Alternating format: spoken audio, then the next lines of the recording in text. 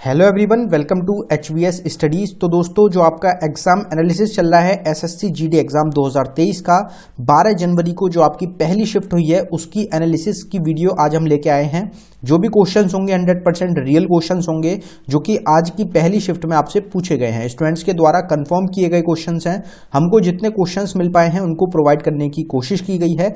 इनके अलावा बाकी जिस भी स्टूडेंट का पेपर था आज की फर्स्ट शिफ्ट में, अगर उनको क्वेश्चंस ध्यान हो तो आप कमेंट बॉक्स में जरूर टाइप कर दें।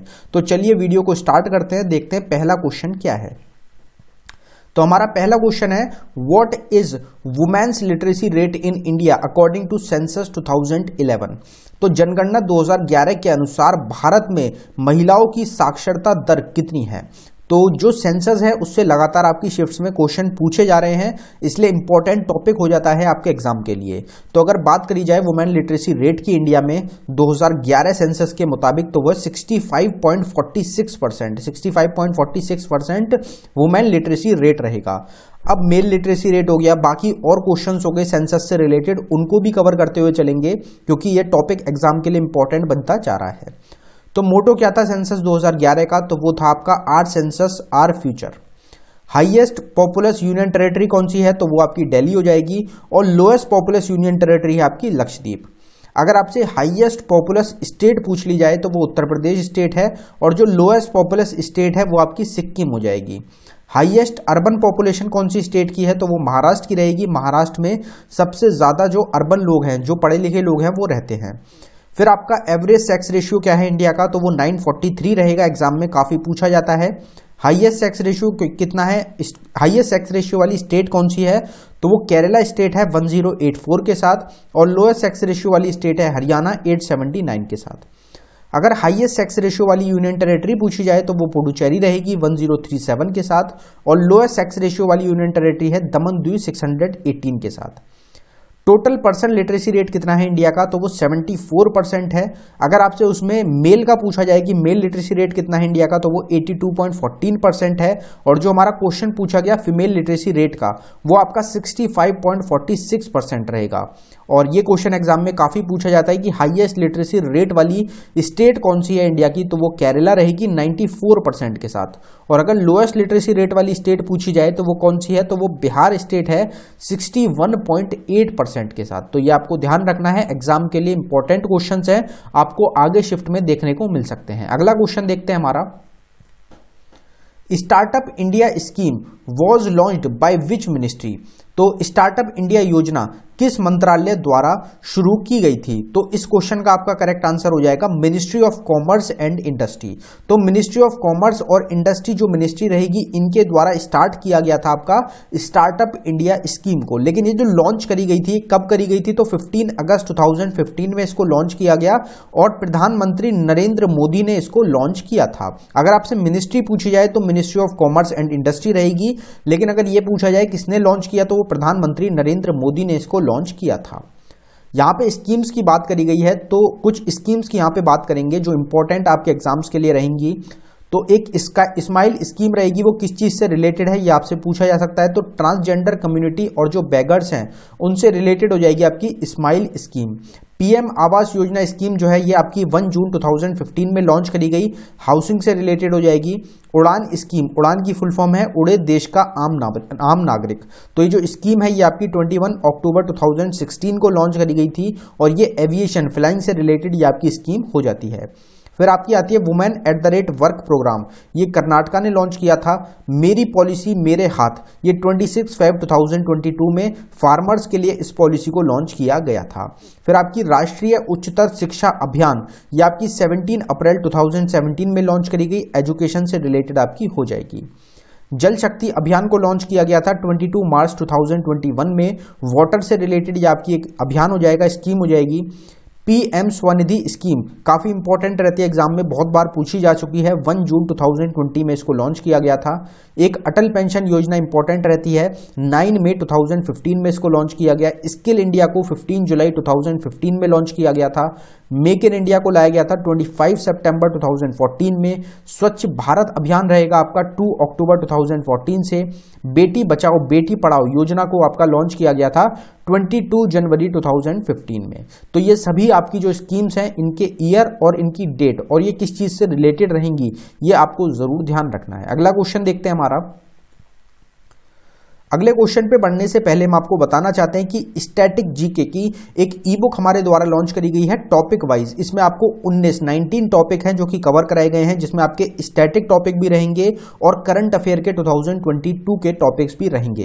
काफी ज्यादा इंपॉर्टेंट होने वाली है, आपके जितने भी आने वाले एग्जाम्स रहेंगे उनमें आपको काफी मदद मिलेगी, क्योंकि डायरेक्ट जो टॉपिक्स होते हैं पूरे टॉपिक्स आपको सेपरेट कवर कराए गए हैं इसमें, तो उनसे आपको डायरेक्ट एग्जाम्स में काफी ज्यादा मदद मिलेगी। ये ई बुक सिर्फ आपको 79 रुपीज में प्रोवाइड कराई जा रही है।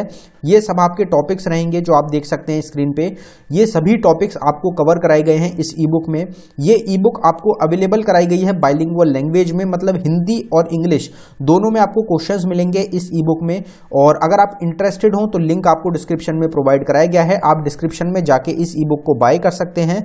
पेमेंट करने के बाद अगर आपको फाइल डाउनलोड करने में कुछ भी इशू आता है तो नीचे हमारी जीमेल आईडी है, आप इस पर डायरेक्टली मेल कर सकते हैं। अगला क्वेश्चन देखते हैं हमारा। अगला क्वेश्चन आपसे पूछा गया है, who among the following is not a cricketer. निम्नलिखित में से कौन एक क्रिकेटर नहीं है? तो इसमें आपका आंसर था साइना नेहवाल। साइना नेहवाल आपको ऑप्शन में दिया गया था, बैडमिंटन से रिलेटेड ये आपकी रहती हैं, तो साइना नेहवाल जो है वो आपकी क्रिकेटर नहीं है। फिर आपसे एक क्वेश्चन पूछा गया कि Sattriya dance form is from which state of India. Sattriya जो नृत्य है, शैली है, ये भारत के किस राज्य से संबंधित है? तो इसमें आपका करेक्ट आंसर था आसाम। आसाम से रिलेटेड है आपकी, आसाम की एक डांस फॉर्म रहेगा आपका सत्रिया। जितनी भी हमारी क्लासिकल डांस फॉर्म है, टोटल 9 क्लासिकल डांस फॉर्म्स है इंडिया की, वो सब कौन सी आपकी स्टेट से रहेंगी ये आपको बताना है। एक चाओ लास्ट ऐड करा गया है क्लासिकल डांस में इंडिया में, तो वो जो चाओ डांस फॉर्म है वो कौन सी स्टेट से है? इस क्वेश्चन का आंसर आपको कमेंट बॉक्स में टाइप करके जरूर बताना है, एग्जाम के लिए इंपॉर्टेंट क्वेश्चन रहता है। कुछ डांस फॉर्म्स की यहां पे बात कर लेते हैं। तो आपका लुद्दी डांस रहता है, ये आपका पंजाब से रिलेटेड रहेगा। अंकिया नट हो जाएगा आपका आसाम से। लेजिम डांस फॉर्म आपका महाराष्ट्र से रिलेटेड रहेगा।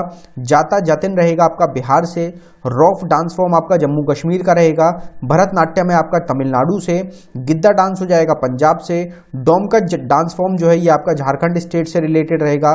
कुचिपुड़ी डांस फॉर्म है आपका आंध्र प्रदेश से। मोहिनीअट्टम आपका केरला का डांस रहेगा। सत्रिया जो कि आपसे क्वेश्चन पूछा गया था ये आपका आसाम का डांस फॉर्म है। भवई डांस फॉर्म आपका राजस्थान से या फिर गुजरात से, दोनों में आपको जो भी ऑप्शन मिलेगा वो आपका करेक्ट आंसर हो जाएगा। यक्षगाना डांस फॉर्म है आपका कर्नाटका स्टेट से। तो ये सभी डांस फॉर्म्स हैं जो कि आपको ध्यान रखने हैं।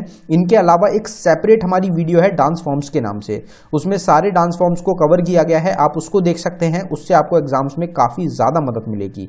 अगला क्वेश्चन देखते हैं। The Lok Sabha unless sooner dissolved continues to operate for how many years. तो लोकसभा जब तक शीघ्र भंग नहीं की जाती कितने वर्षों तक कार्य करती रहती है? तो इसमें सिंपल आपसे पूछा जा रहा है कि लोकसभा को अगर भंग नहीं किया जाता, डिसॉल्व नहीं किया जाता, तो वो कितने टाइम तक ऑपरेशनल रहती है? तो इसमें आपका करेक्ट आंसर होता है 5 ईयर्स का।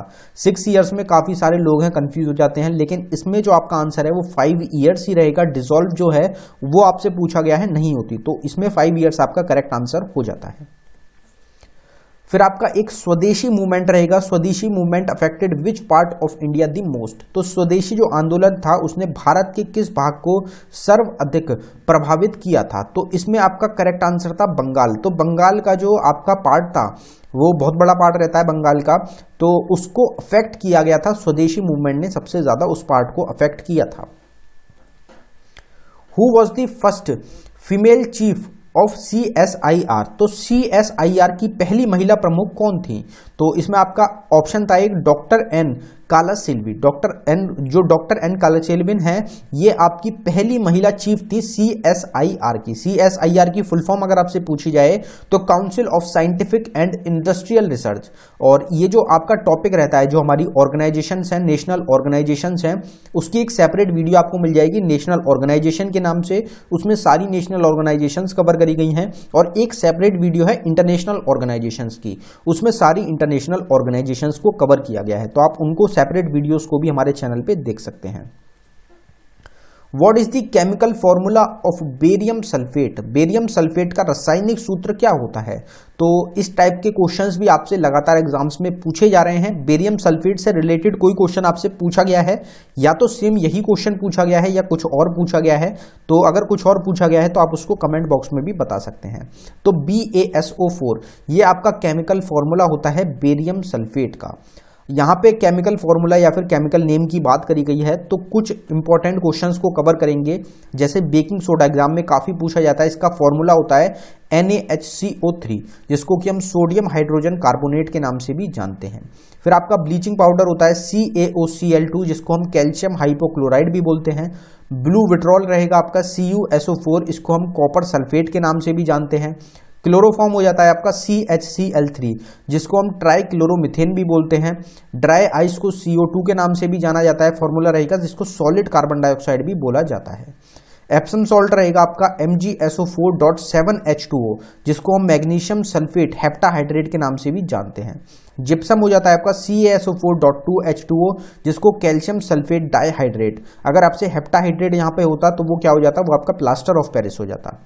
लाफिंग गैस को N2O के नाम से भी जाना जाता है, जिसको नाइट्रस ऑक्साइड भी बोलते हैं। लाइम स्टोन या फिर चौक जो होता है, इसको CaCO3 भी बोलते हैं, कैल्शियम इसका केमिकल फॉर्मूला होता है, और इसको हम कैल्शियम कार्बोनेट के नाम से भी जानते हैं। तो ये सभी आपके इंपॉर्टेंट आपके केमिकल फॉर्मूला, केमिकल नेम है। इसकी सेपरेट वीडियो को आप देख लें, क्योंकि इस टाइप के क्वेश्चंस भी एग्जाम में काफी देखने को मिल रहे हैं। अगला क्वेश्चन देखते हैं। Who became the member of Rajya Sabha from Maharashtra in July 2022? तो जुलाई 2022 में महाराष्ट्र से राज्यसभा के सदस्य कौन बने हैं? तो इसमें आपका एक ऑप्शन था पीयूष गोयल। पीयूष गोयल आपका करेक्ट आंसर था। पीयूष गोयल को मेंबर ऑफ राज्यसभा बनाया गया है महाराष्ट्र से जुलाई 2022 में। यहाँ पे कैबिनेट मिनिस्टर्स की हम बात करेंगे कि मिनिस्टर्स कौन कौन से हैं, कौन कौन से मिनिस्टर्स के पास कौन कौन सी मिनिस्ट्री है। इसकी भी सेपरेट वीडियो है, आपको आज ही चैनल पे प्रोवाइड कराई जाएगी शाम को, तो आप उसको जरूर देख लें। तो minister of road transport and highway minister हैं आपके नितिन गडकरी। मिनिस्टर रहेंगे एक्सटर्नल अफेयर्स के S जयशंकर। मिनिस्टर हैं ट्राइबल अफेयर्स के अर्जुन मुंडा। आपके कॉमर्स, इंडस्ट्री और consumer affairs, food and public distribution और टेक्सटाइल मिनिस्टर हैं आपके पीयूष गोयल। और पीयूष गोयल का ही आपसे क्वेश्चन आज पूछा गया था। फिर आपका एग्रीकल्चर और फार्मर्स वेलफेयर मिनिस्टर हैं Narendra Singh Tomar. Parliament affairs minister और कोल मिनिस्टर और माइन मिनिस्टर, ये तीनों मिनिस्ट्री यहाँ आपकी प्रहलाद जोशी के पास। फिर आपके माइनॉरिटी अफेयर्स मिनिस्टर और women and child development ministry हैं आपकी स्मृति ईरानी के पास। Social justice and empowerment minister हैं आपके वीरेंद्र कुमार। तो ये हमारी वीडियो का आखिरी क्वेश्चन था। अगर आपको वीडियो पसंद आई हो, वीडियो को लाइक करें। अगर आपने अभी तक चैनल को सब्सक्राइब नहीं किया है तो आप चैनल को जरूर सब्सक्राइब कर लें। इसी तरीके से डेली जो एनालिसिस है आपको हमारे चैनल पे प्रोवाइड कराई जा रही है। साथ ही साथ एक्सपेक्टेड क्वेश्चंस भी आपको चैनल पे मिल रहे हैं, जिनसे डायरेक्ट एग्जाम्स में आपके क्वेश्चन देखने को भी मिल रहे हैं। अगर आपने अभी तक ई बुक को बाय नहीं किया है तो हमारी ई बुक्स का लिंक डिस्क्रिप्शन में है, आप डिस्क्रिप्शन में जाके हमारी ई बुक्स को बाय कर सकते हैं। ई बुक से आपको डायरेक्ट एग्जाम्स में क्वेश्चन जरूर देखने को मिलेंगे। एग्जाम ओरिएंटेड ई बुक्स आपको प्रोवाइड कराई जाती है हमारे चैनल पे। धन्यवाद दोस्तों।